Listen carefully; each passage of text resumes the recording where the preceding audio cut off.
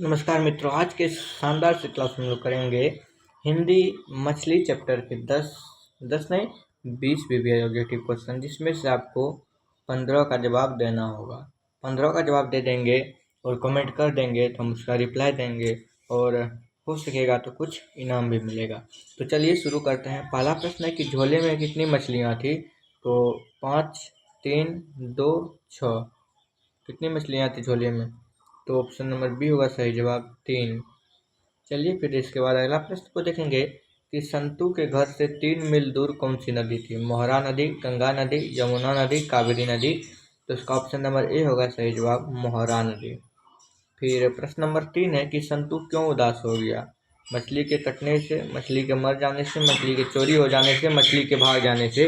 तो इसका सही जवाब होगा ऑप्शन नंबर ए, मछली के कटने से। फिर चौथा नंबर प्रश्न है कि संतू भीगने से बचने के लिए कहाँ खड़ा था? पेड़ के नीचे, मकान के नीचे, झोपड़ी के नीचे, इनमें से कोई नहीं। तो मकान के नीचे, ऑप्शन नंबर बी होगा सही जवाब।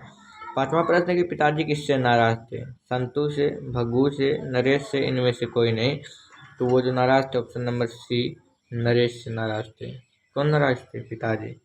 मछली कहानी में किस वर्ग का चित्रण है? उच्च वर्गीय परिवार, निम्न वर्गीय परिवार, निम्न मध्य वर्गीय परिवार, मध्य वर्गीय परिवार। तो उसका ऑप्शन नंबर डी होगा सही जवाब, मध्य वर्गीय परिवार। फिर सातवां प्रश्न है कि मछली पाठ के लेखक कौन है? रामधारी सिंह दिनकर, रामचंद्र शुक्ल, विनोद कुमार शुक्ल, प्रेमचंद। इसका सही जवाब होगा option number C, Vinod Kumar Shukla. यहाँ पे श्रीनिवास लिखा हुआ चले गया है गलती से, तो चलिए इसको माफ कीजिएगा। देखिए आगे,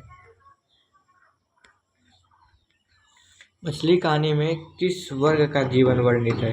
उच्च वर्ग, मध्य वर्ग, निम्न वर्ग, मजदूर वर्ग। तो उसका ऑप्शन नंबर बी होगा सही जवाब, मध्यम वर्ग। फिर नौवां प्रश्न है कि विनोद कुमार शुक्ल का जन्म कब हुआ था? विनोद कुमार शुक्ल का जन्म कब हुआ था? 5 फरवरी 1827, 6 फरवरी 1937, 14 नवंबर 1867, 1 जनवरी 1937। तो ऑप्शन नंबर डी होगा सही जवाब, 1 जनवरी 1937। फिर 10वां प्रश्न है कि विनोद कुमार शुक्ल को साहित्य अकादमी पुरस्कार कब मिला था? 1992, 1837, 1937, 1990। तो ऑप्शन नंबर डी, 1990 हो जाएगा सही जवाब। फिर 11वां प्रश्न है कि मछली काटने वाला पाटा कहाँ रखा रहता था? ड्रम के पीछे, टेबल के नीचे, बेड के ऊपर, छत के ऊपर। तो वो ड्रम के पीछे रखा हुआ रहता था। ऑप्शन नंबर ए होगा सही जवाब। फिर हम लोग जाएंगे 12वां प्रश्न पे कि मछलियाँ कहाँ रखी हुई थी? नहान घर में, कुआं में, आंगन में, कमरा में। तो ऑप्शन नंबर ए होगा सही जवाब, नहान घर में रखा हुआ था। विनोद कुमार शुक्ल का जन्म किस राज्य में हुआ था? हरियाणा, राजस्थान, उत्तर प्रदेश, छत्तीसगढ़।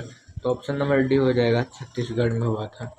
फिर नौकर की कमीज किस विधा की रचना है? नौकर की कमीज किस विधा की रचना है? निबंध, कहानी, नाटक, उपन्यास। ऑप्शन नंबर डी होगा उपन्यास, सही जवाब। पेड़ पर कमरा किनकी रचना है? बीरेन डंगवाल, रामविलास शर्मा, रामचंद्र शुक्ल, विनोद कुमार शुक्ल। तो उसका जो सही जवाब होगा option number D, Vinod Kumar Shukla होगा। फिर 16वां प्रश्न है कि मछली कहानी शुक्ला जी के किस संकलन से ली गई है? महाविद्यालय से, सब कुछ होना बचा रहेगा से, पेड़ पर कमरा से, खिलेगा तो देखेंगे से। तो उसका ऑप्शन नंबर ए होगा सही जवाब, महाविद्यालय से। फिर 17वां प्रश्न है कि कथाकार मछली लेकर घर जाने के दरम्यान क्यों दौड़ रहे थे? मछली खाने की जल्दी थी, मछली मर जाने का डर था, पिताजी ने दौड़ कर जाने को कहा था वर्षा के कारण। तो उसका ऑप्शन नंबर बी हो जाएगा, मछली मर जाने का डर था।